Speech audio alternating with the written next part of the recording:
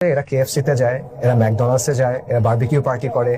এদের অনেকে পর্ক খেয়ে ফেসবুকে খুব আগ্রহ করে ছবি দেয়। পহেলা বৈশাখে ইলিশ মাছ খাওয়া নিয়ে খুব আনন্দিত হয়, উচ্ছ্বসিত হয়। কোনো জায়গাতে তাদের কোনো সমস্যা হয় না। এখানে পশু হত্যা বা অমানবিকতা নিয়ে তাদের কোনো কনসার্ন নাই। তাদের একমাত্র কনসার্ন বা তাদের একমাত্র কথা বলার জায়গা হলো ঈদুল আজহার সময় এবং বিশেষ করে গরু কুরবানি করা নিয়ে। তো এটা আসলে কোনো কনসিস্টেন্ট আদর্শিক অবস্থান না, নৈতিক অবস্থান না। এটা মূলত একটা ইসলাম বিদ্বেষী অবস্থান। এই অঞ্চলে কুরবানির সাথে সবসময় একটা সামাজিক রাজনৈতিক ডাইমেনশন থাকে। কারণ বাস্তবতা হলো ঐতিহাসিকভাবে এই অঞ্চলের মানুষকে গরু কুরবানি করার ক্ষেত্রে বারবার বিরোধিতার সম্মুখীন হতে হয়েছে এবং বারবার আত্মত্যাগ এবং সংগ্রাম করতে হয়েছে। তো অবশ্যই এটা আমাদের উৎসবের দিন, এটা আমাদের ইবাদতের দিন, এর সাথে আমাদের দিন এবং ইমানের প্রশ্ন জড়িত। পাশাপাশি এই অঞ্চলে হিন্দুস্তানে, মুসলিম বঙ্গে এটা আমাদের আত্মপরিচয় এবং আমাদের স্বাধীনতার প্রতীকেও পরিণত হয়েছে। এই জন্য আমি বলবো এবং আমি অনুরোধ করবো যে এই দিনটাকে আমরা আরো ভালোভাবে ওন করা প্রয়োজন এবং এই দিনটা আমাদের আরো ভালোভাবে উদযাপন